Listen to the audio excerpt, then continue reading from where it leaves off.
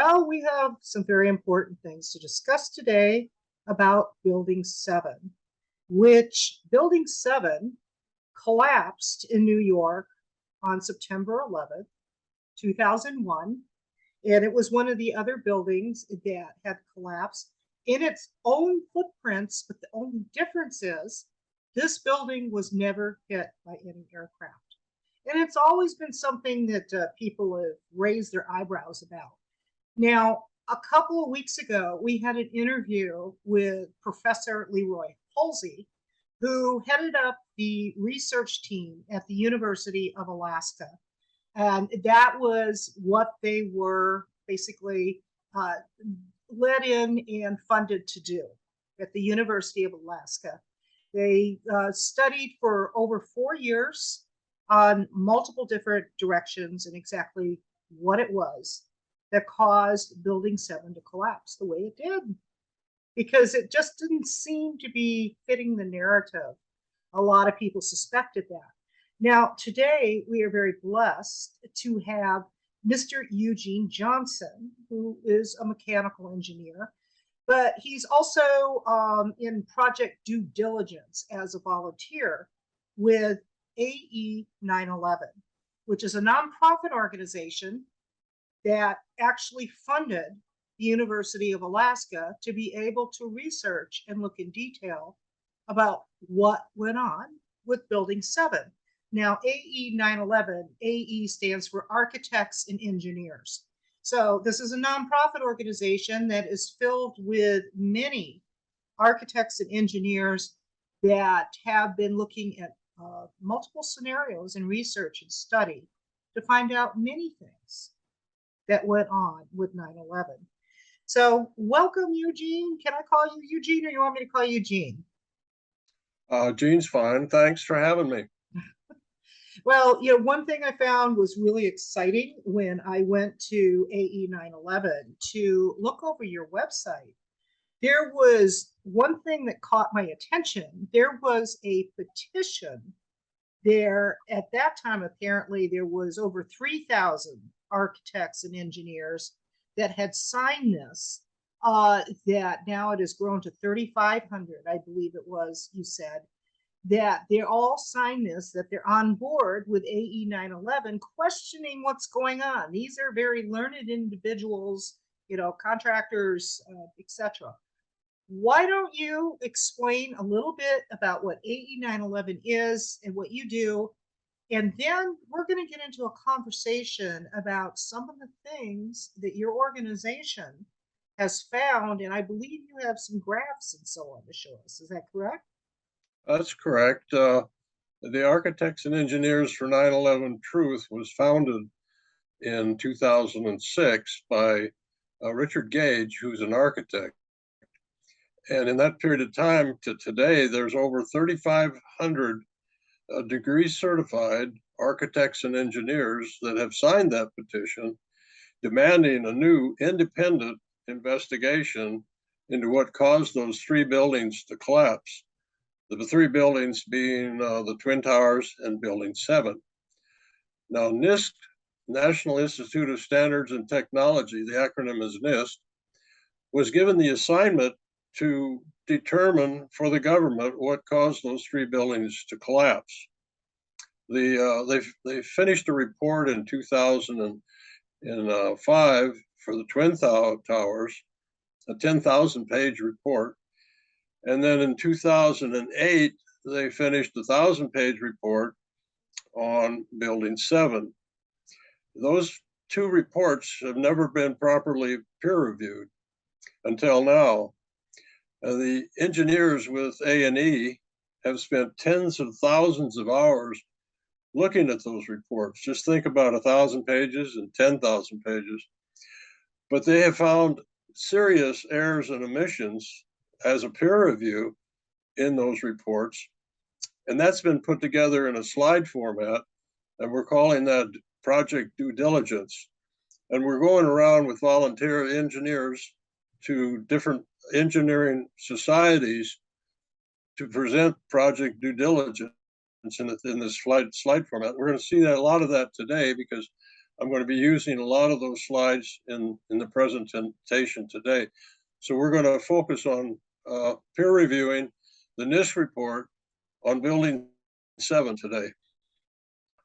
Okay, well, let's go ahead and look at the first thing you want to show. Okay, Gene, what do you got for us here? What's interesting is that Building 7 never got the publicity that the Twin Towers got. And a lot of people, or I guess most people, aren't even aware that there was a Building 7. It didn't collapse until 5:20 in the afternoon. It was never hit by an airplane. And what the NIST report reported or said that it collapsed due to office fires.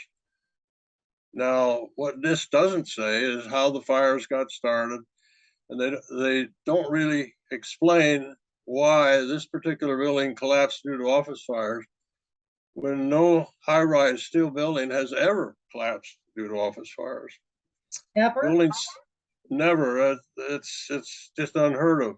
In fact, if it was a worrisome thing that it would fire, the firemen wouldn't go in the buildings.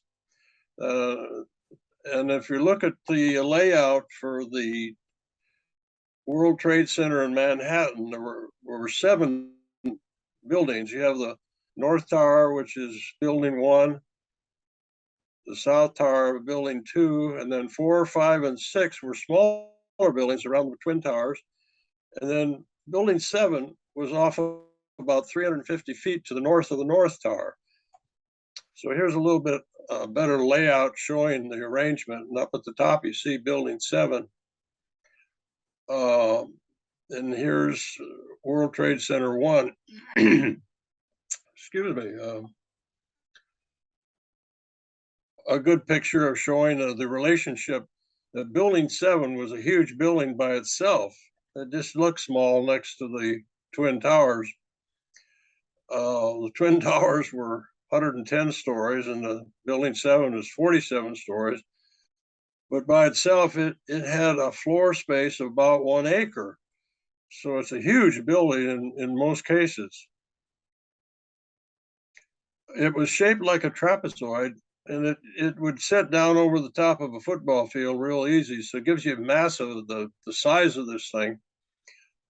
Shaped like a trapezoid. It's 329 feet long on the north face, 247 feet long on the south face, and 144 feet wide, and 610 feet high. And it had about 2 million square feet, which was about 75% of the Empire State Building. And it was built through and over the top of an existing 2-story tall Con Edison substation. Looking at a top view, this would be what one of the particular floors would look like. It's got 82 columns, 58 on the perimeter, and 24 on the central core. And it's like having a box, the central core being the inner box and the perimeter being the outer box. And that gives you an idea of the size of this thing. These are huge columns. The columns are vertical.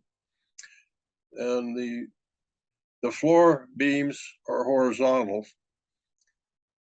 You've got north here, and this is looking west if you look to the left. That's going to be important when we get to explaining what NIST say happened. Here's a picture of showing what the floor looked like, and you see there was a vast area, unsupported area. These are huge office areas.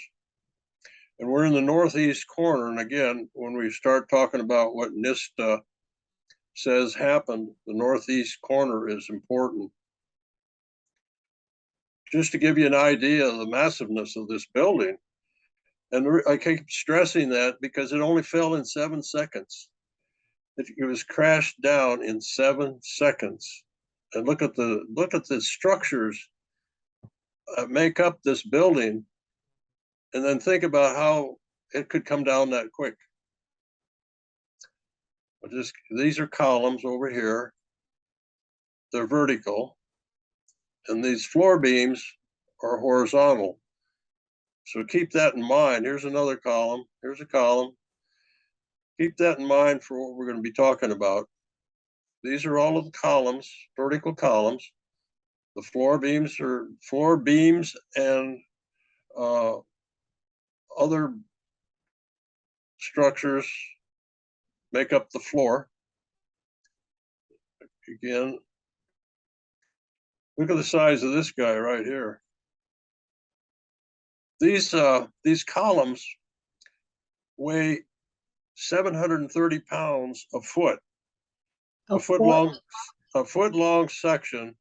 If you could just cut a foot out of this column, it would weigh 730 pounds. But now if you go back and look at some of these columns have been reinforced with steel plate, a 2-inch steel plate. And we'll get into that later again. But when you add that plate to it, it weighs almost 1,100 pounds a square foot.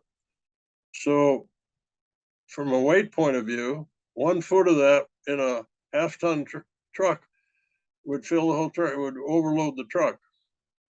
So that gives you an idea of the massiveness of these columns and the massiveness of that building. And I'm going to repeat it again, it fell in 7 seconds. Do you have a picture, or maybe you're going to get to that eventually, that shows how it falls, or do you want to wait until after you explain this? That shows what? Do you have a video that shows the collapse? Yes, yes, it's probably, I think it's coming up right after this video here, or this slide presentation here. Oh, but I'm gonna, sorry. So approximately 7 hours after the fall of the Twin Towers, this 610-foot tall, 47-story steel frame building, which was not hit by an airplane, collapsed and turned into this 5-story rubble pile in 7 seconds. Okay, I'm gonna show you a video right now. It's a collage of short videos showing the collapse from different perspectives. And overlaying on top of that is an audio, our audio comments by people who were there. And you know that the firsthand observations of people on site are probably the ones you can believe. And that was what happened, is that the first day you got a lot of firsthand comments from people, but after the first day, the narrative was changed by the mainstream media. This first one has a comment by Dan. The third time today. It's reminiscent of those pictures we've all seen too much on television before, when a building was deliberately destroyed by well-placed dynamite to knock it down. Did they actually use the word brought down, and who was it that was telling you this? The fire department, and they did use the word, we're going to have to bring it down. We heard this sound that sounded like a clap of thunder. It looked like there was a shock wave ripping through the building, and the windows all busted out. About a second later, the bottom floor caved out. The building followed after that, and we saw the building crash down all the way to the ground. And I turned in time to see what looked like a skyscraper implosion. It looked like it had been done by a demolition crew. The whole thing just collapsing down on itself. It was almost as if it were a planned implosion. It just pancaked.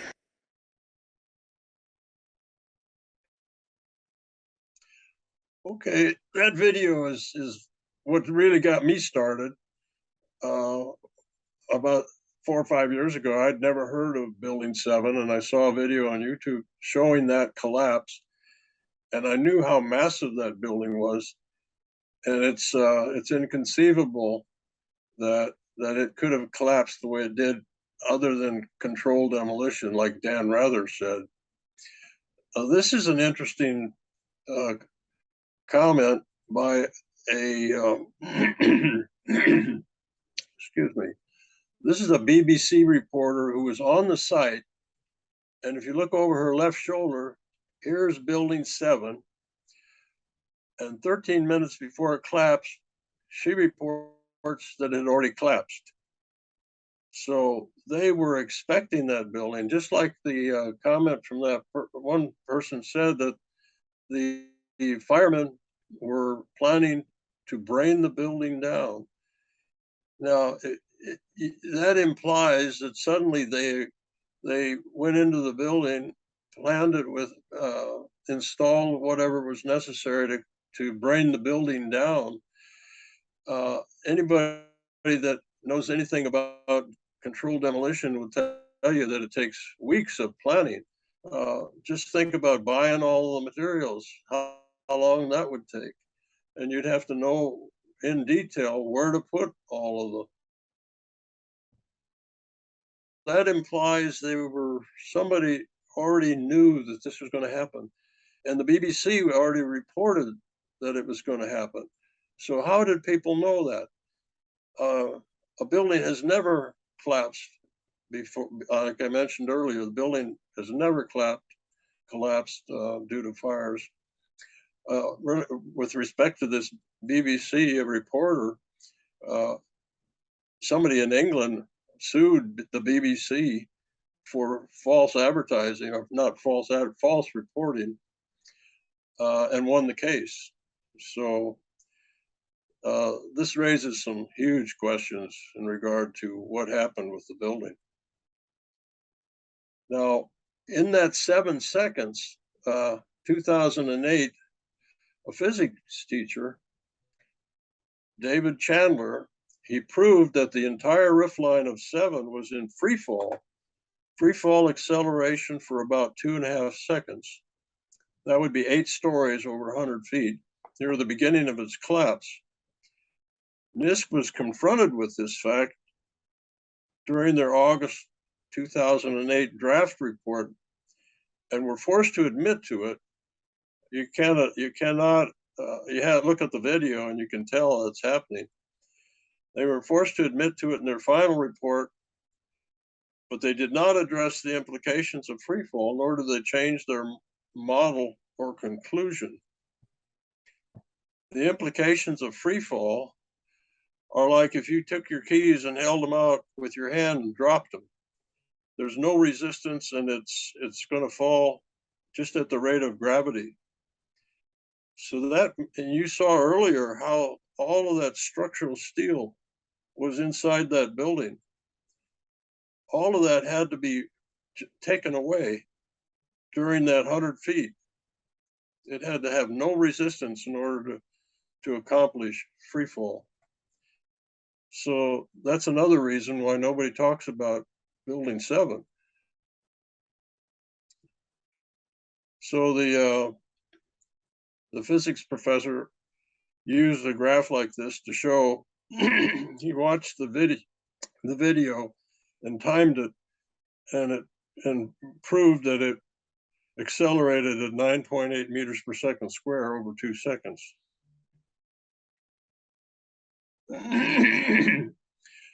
Now, like I said earlier, the 7 was 350 feet away from the North Tower, and only a small amount of debris hit 7 during the North Tower collapse. You had a little bit here. This is the side that was facing the North Tower. It's the south side of building 7. You can see the trapezoid, so it's the shorter dimension on the width, but there's a little bit of damage up here and a little bit of damage down here. Now the question is, how did the fires start? And this doesn't really explain that. NIST says that the debris damage did not affect the collapse. This is the NIST World Trade Center 7 collapse theory. These are floor beams. They're horizontal. They connect from the wall to this girder. And what NIST claims is that these beams were heated on the 13th floor, which would have meant that there was a fire on the 12th floor in this corner. And it burned so hot that these beams were heated up to 600 degrees Celsius. And when they did, they had thermal expansion that pushed this girder to the left and pushed it off its seat. It pushed it off the seat at column 79 on the 13th floor. And it causes that girder, which was sitting on a seat on column 79, pushed it off the seat, and it dropped down onto the 12th floor, and it caused a cascade of 8 floors down to the 5th floor, each one dropping down below and hitting the one below it, and that one going down. And it's like a domino effect of these things dropping 8 stories, and that exposed column 79, and it was unsupported laterally enough to buckle and to cause the entire central core of the building to progressively collapse, and ultimately cause the entire exterior to buckle and collapse. You know, this thing is the size of a football field. So if this column breaks, and then you have a series of columns breaking, moving all the way to the left, 24 inner cores, 58 outer columns, 24 inner columns, all of those things would have to progressively collapse. And in order for this thing to do that in 7 seconds, probably not going to happen. Not to mention the structure, or all of the structural steel, and it's going to drop in 7 seconds. Okay, Linda, we're going to look at this this video. Now you're going to have to turn off the NIST website has a video that was put on the website in 2009 after they released the 1,000-page report. And what they're going to explain, and I mean, it's about a 3-minute video, so I want to play it so you can look and see what NIST is saying about the collapse of this building. And remember, when we looked at it earlier, what they're claiming is it's a progressive failure, moving from one column that buckles to all of the columns that buckle, the other 81, and that's supposed to happen in 7 seconds. So here's what NIST claim about it. I'm going to play this video.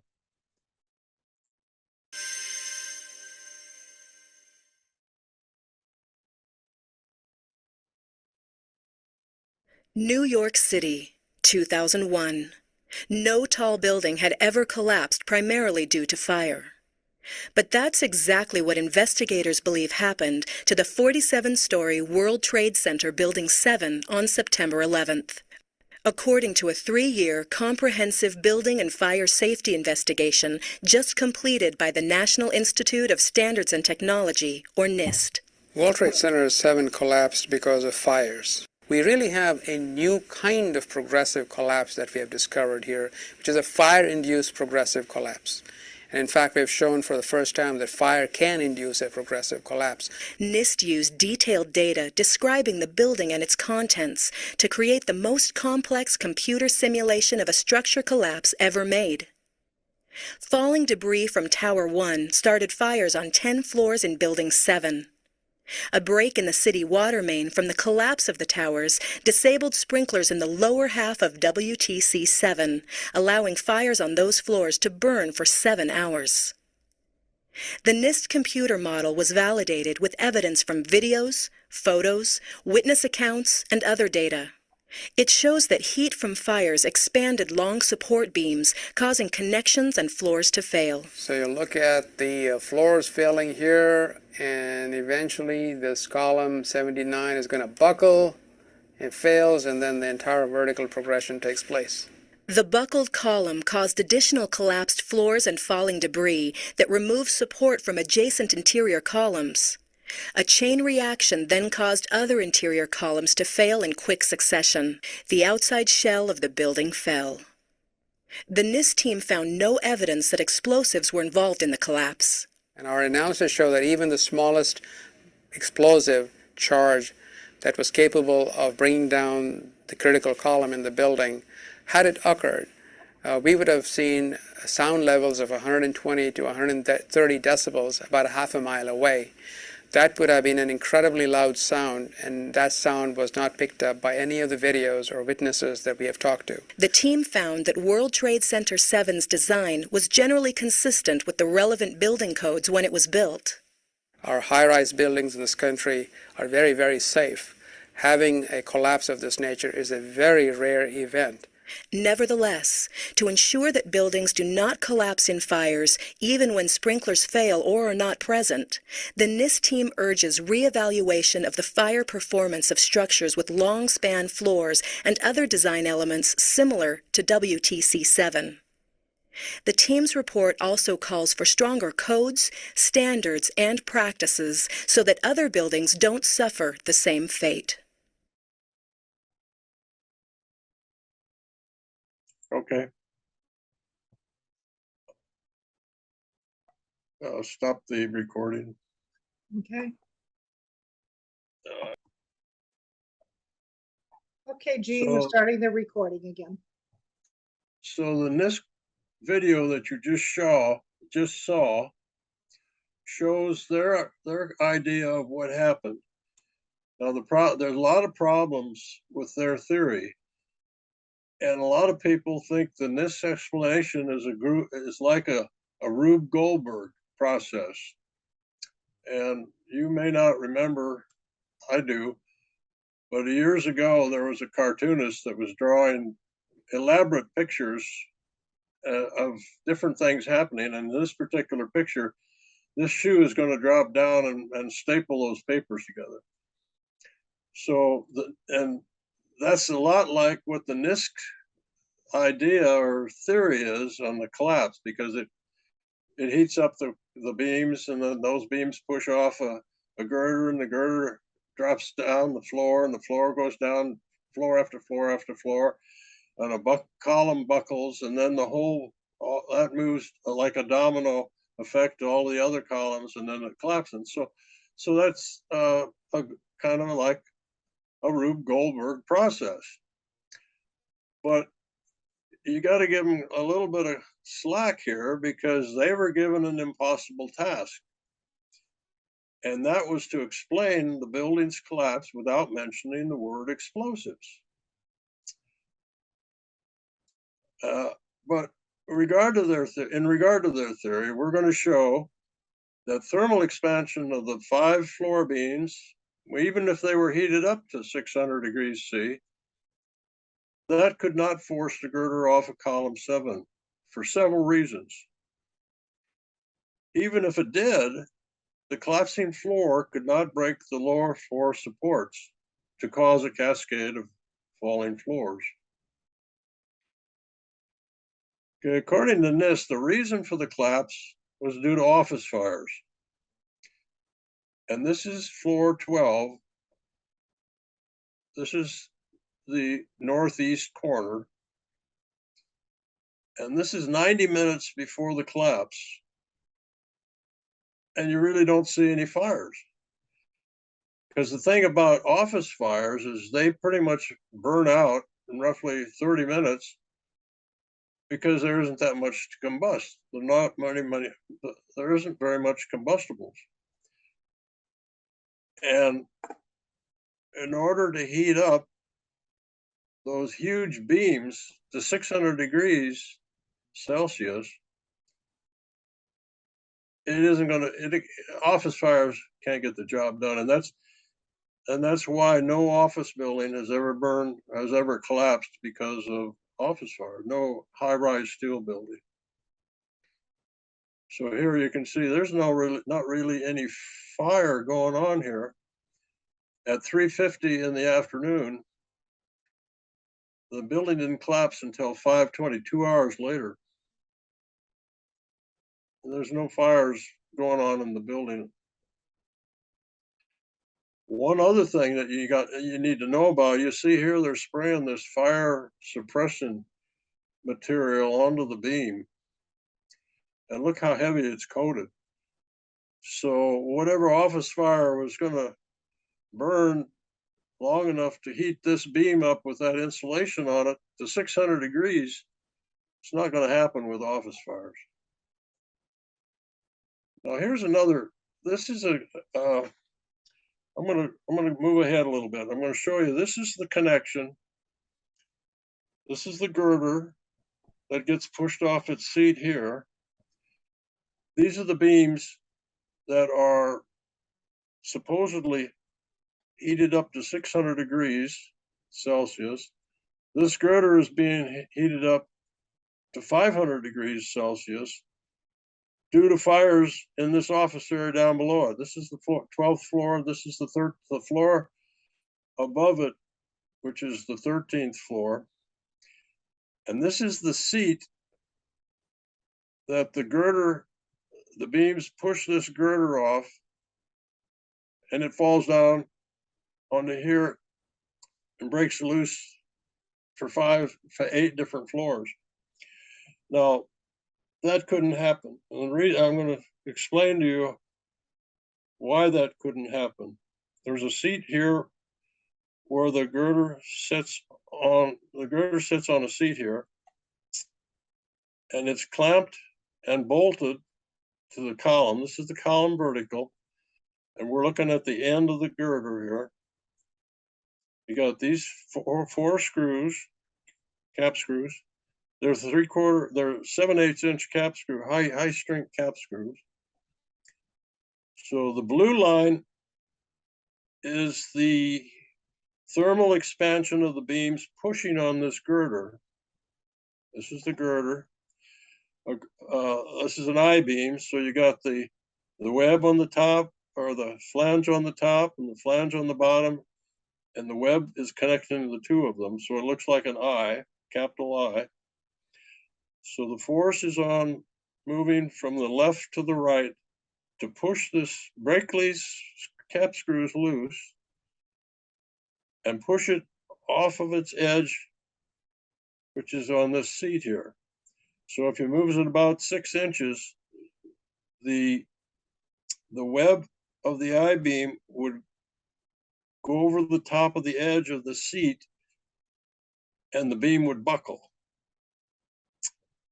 And that's the theory that NIST say. They say that this beam is being pushed off of its seat here, and it collapses. Now, in order for that to happen, you can see there's some stiffeners here, which NIST ignored. So in their theory, they don't have these stiffeners. And they also said that this seat was only 11 inches wide, and it's actually 12 inches wide. So in order for their theory to work, they had to eliminate those two things. There's another picture of it. You can see these web stiffeners, and you can see the seat here. And this is a side view, this is a front view, and this is a top view. Now there's another really important thing that NIST ignored, and that's these side plates on the column. But first, NIST initially claimed the seat for the girder at column 79 was 11 inches wide. The actual width was 12 inches, and this would have prevented the web of the girder from moving past its edge to initiate failure of the girder as claimed. So with a 12-inch wide, which it actually was. See, NIST had to come up with a story as to how this happened. And this is how they did it. They took exception to some of these things. They omitted the stiffener plates on the end of the girder where it seats at column 79. These stiffeners would have greatly increased the suction modulus of the flange and would have prevented the girder flange from falling due to bending as claimed by NIST.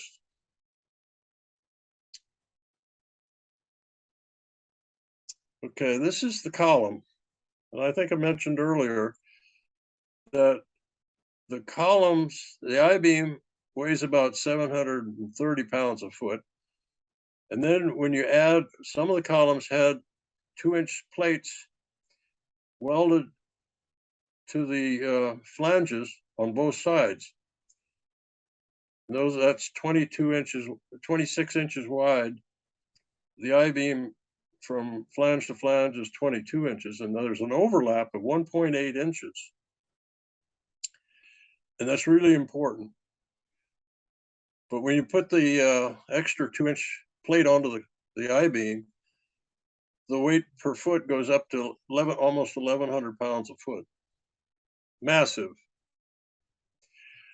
Now here's the point, because when you're looking down on this is the column, these are the side plates, and I said it was 1.8 inch overlap, and this is the girder, and when you heat that girder up to 500 degrees, it gets thermal expansion, and it's trapped behind these side plates. So it's physically impossible to push this girder off because it's trapped behind these side plates. NIST ignored the presence of side plates welded to the column 79. These side plates would trap the end of the girder and prevent it from walking off the girder seat. So it was just physically impossible for that girder to come off. And furthermore, if we let the girder to fall, the floor is going to fall down from the ceiling of 12 down to the floor of 12. And NIST theory is that it fell and broke the floor loose 12 all the way down to 5 in a cascade of floors. But if we let the girder fall, the floor would hinge down from the north and east and impact on the girder below near column 79 on the 12th floor. The force required to shear the welds to the column of the 14-inch deep support plate underneath the girder bearing seat is 632,000 pounds. And NIST miscalculated the magnitude of the load imposed on the girder on the 12th floor and caused by the collapse of the same girder above it on the 13th floor. When calculated accurately, the load is not sufficient to break the girder connection to the column on the 12th floor, and thus could not initiate the progressive collapse that NIST claims followed this event.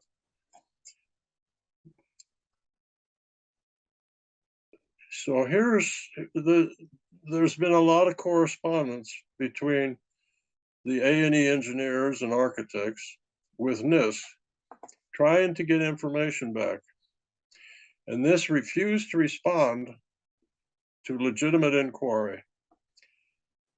When asked by the engineers to provide a calculation and analysis result substantiating the girder walk-off at column 79 and the impact force required to break through to the next floor down, the NIST director refused to give this information, claiming it might jeopardize public safety. So this is the kind of stonewalling we've been getting. Now here's very important. On the right here, this is the NIST model that they put together that supposedly shows the collapse of their theory. And this is going to compare their model with the video.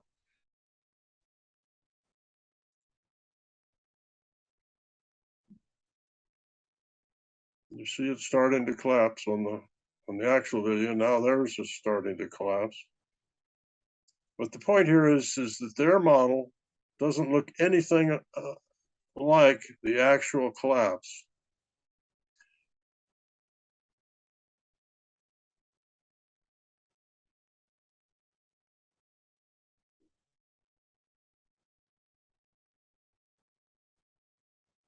It'll play again.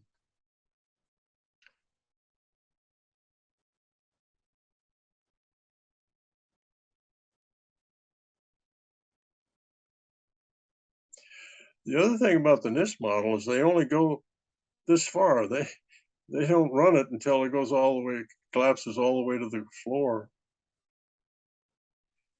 And you see the severe exterior deformation in the NIST model is not observed in the collapse of the video.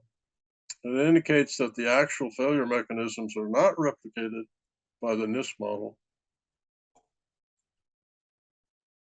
The NIST computer model does not replicate the actual collapse, as it deforms significantly more than what is observed on the video. In addition, the NIST simulation inexplicitly stops after about 2 seconds into the collapse sequence. Okay, changing the subject a little bit. What happened is they hauled away all of the debris. I mean, they had trucks lined up right after the collapse, and they were hauling all of the old the structural members, so that they weren't able to investigate what actually happened. But there were a couple of steel members, sections of steel, that were set aside, and some of the steel, these pictures show unusual heat that was causing these beams, in this particular case, unexplained deformations and melting.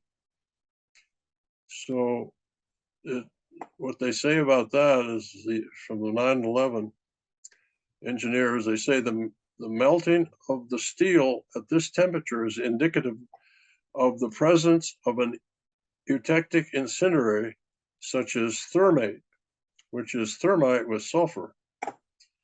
NIST omitted this information contained in the Appendix C of the FEMA report on the salvaged 7 structural steel.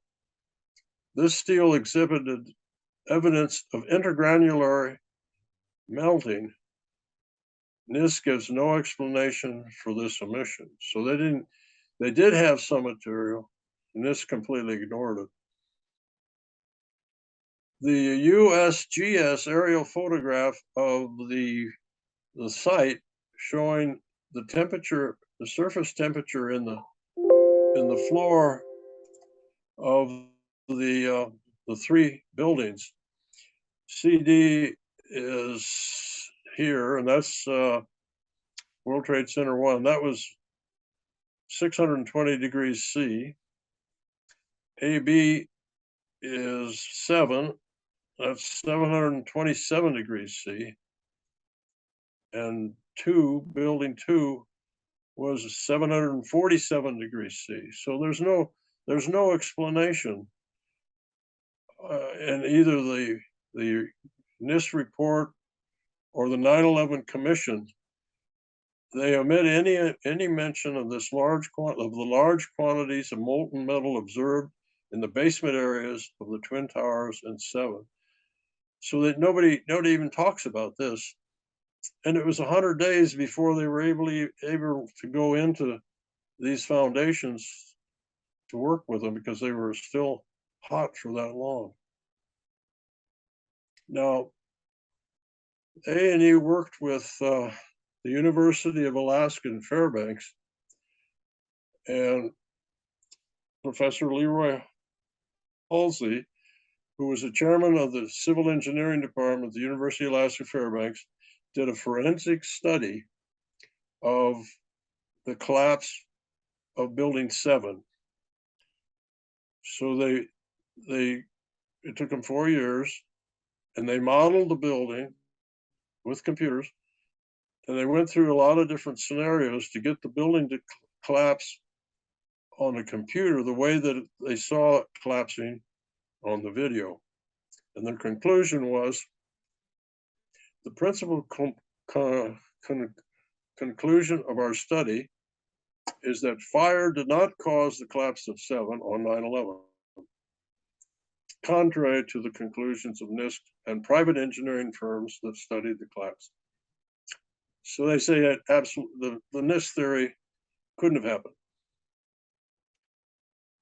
But what they say did happen is that the simulation, they said with their computer modeling, they were able to get the computer model to look like the video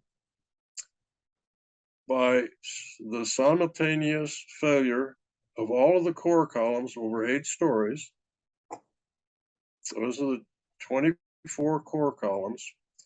And then 1.3 seconds later, the simultaneous failure of all the exterior columns, that's 58 columns. So over 8 stories produces almost exactly the behavior observed in the videos of the collapse. So for 8 floors, all the inner core columns had to be removed. And then 1.3 seconds later, all of the perimeter core columns had to be removed. So that would explain the free fall that you see for 100 feet in the video. But in order to do that, you'd have to remove all of the resistance for 100 feet or 8 stories. And this all had to happen below floor 16 for it to happen. So if you remove all the resistance for 100 feet, then all of the weight of the building falls down 100 feet, and then it just crashes. All of that weight. This is the trademark or the indication of controlled demolition. That's exactly how you bring a building down with controlled demolition. All right, this is a summary. And this is the critical decisions that derailed the World Trade Center Building 7 investigation. I'll just go through. This is on the website, on the A&E website, but I'm quickly going to go through the description of the decision. One of the decision was the failure to fight the fires in the building. Well, those fires could have been easily put out by the firemen, and there's the firemen are very vocal about that. They could have put it out, but they were told not to go in the building because the building was going to crash. They were going to bring down the building. And then the destruction of evidence. Like I said earlier, if you have an airplane crash, they put the airplane back together. They get a big warehouse and they bring all the pieces and they try to determine what caused the failure. They didn't do that with the World Trade Center buildings. Now, the appointment of NIST to conduct this investigation was something that was an ethical violation, because NIST actually is part of the commerce section of the government. That's part of the president's area, so it's kind of a conflict of interest. It wasn't an independent investigation, let's put it that way. And there was the failure to test for incendiaries. You saw all the heat from the molten metal. Why didn't they test for that? They ignored the presence of molten metal, okay. They ignored the effects of high temperature on the steel. They ignored the evidence of explosions in World Trade Center. Now, you heard in that NIST video where the guy Sunder, who was the lead NIST investigator, say they didn't inspect for explosives because they didn't hear any explosives. Well, that's just not true. In the other video, we heard people talking about the explosion. Exaggerations of the thermal load on the structure. Yeah, you couldn't heat those beams up to 600 degrees. Falsify thermal load on the structure. omit critical structure features. They didn't put the side plates on there on the beam, and they didn't have the right seat. So they didn't, in order for their theory to work, they had to take some exceptions. Fabricate cascade of floor failures. So we showed that the one floor couldn't drop down and break the other floors loose. Fabricate column 79 buckling. Even with 100 feet, that column 79 was never laterally exposed if you look at the different things that were attached to it. So it couldn't have buckled. Fabricated collapse of the core columns. Yeah, it just didn't happen. Couldn't have happened. They fabricated the collapse of the building. Couldn't have happened the way they said. They ignore the significance of free fall. That building came down in 7 seconds. It couldn't happen that way in their progressive failure theory. Refusal to respond to legitimate inquiries. The A&E engineers had a lot of trouble getting all of the information necessary to do a adequate peer review of the NIST report. So I'm going to wrap this up. I just want to let you know that the architects and engineers are available to give the project due diligence to societies. So if you could help us out and help us get this information out, we'd really appreciate it. I think it's important. It's an important story. I'm going to run this video one more time to really make sure that you understand what really happened. For the third time today, it's reminiscent of those pictures we've all seen too much on television before, when a building was deliberately destroyed by well-placed dynamite to knock it down. Did they actually use the word brought down, and who was it that was telling you this? The fire department, and they did use the word. We're going to have to bring it down. We heard this sound that sounded like a clap of thunder. It looked like there was a shock wave ripping through the building, and the windows all busted out. About a second later, the bottom floor caves out. The building followed after that, and we saw the building crash down all the way to the ground. And I turned in time to see what looked like a skyscraper implosion. It looked like it had been done by a demolition crew. The whole thing just collapsing down on itself. It was almost as if it were a planned implosion. It just pancaked. Okay, we're not getting the video. We got the audio, but not the video. Can you hold it? Can you hold it up, and Yes. I'll go back and get a different. I'll pause it. Okay, Eugene, we're ready. Go ahead and play this again. For the third time today, it's reminiscent of those pictures we've all seen too much on television before, when a building was deliberately destroyed by well-placed dynamite to knock it down. Did they actually use the word brought down, and who was it that was telling you this? The fire department, and they did use the word. We're going to have to bring it down. We heard this sound that sounded like a clap of thunder. It looked like there was a shock wave ripping through the building, and the windows all busted out. About a second later, the bottom floor caves out. The building followed after that, and we saw the building crash down all the way to the ground. And I turned in time to see what looked like a skyscraper implosion. It looked like it had been done by a demolition crew. The whole thing just collapsing down on itself. It was almost as if it were a planned implosion. It just pancaked. Okay.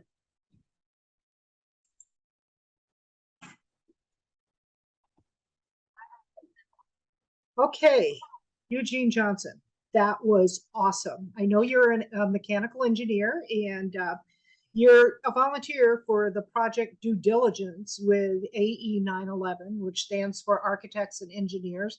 There is over 3,500 architects and engineers that had signed a petition that pretty much endorsed exactly what you are seeing here. These are all learned individuals, published, plus the fact that you have the University of Alaska that did a 4-year research study headed up by Professor Leroy Halsey, which we had him on last week. One thing I do want to bring up, I want to remind people, because today is the actually 27th of September, is right now the Khalid Sheikh Mohammed et al. Proceedings in Guantanamo Bay, Cuba, GTMO, the 9/11 proceedings that after over 20 years that are still in pre-trials.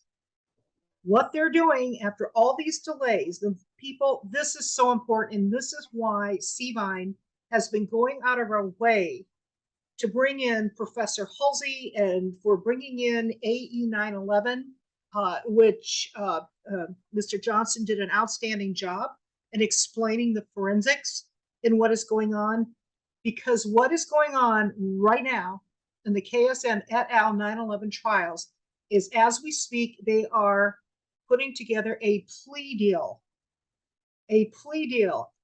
after over 20 years to basically close the case of 9/11.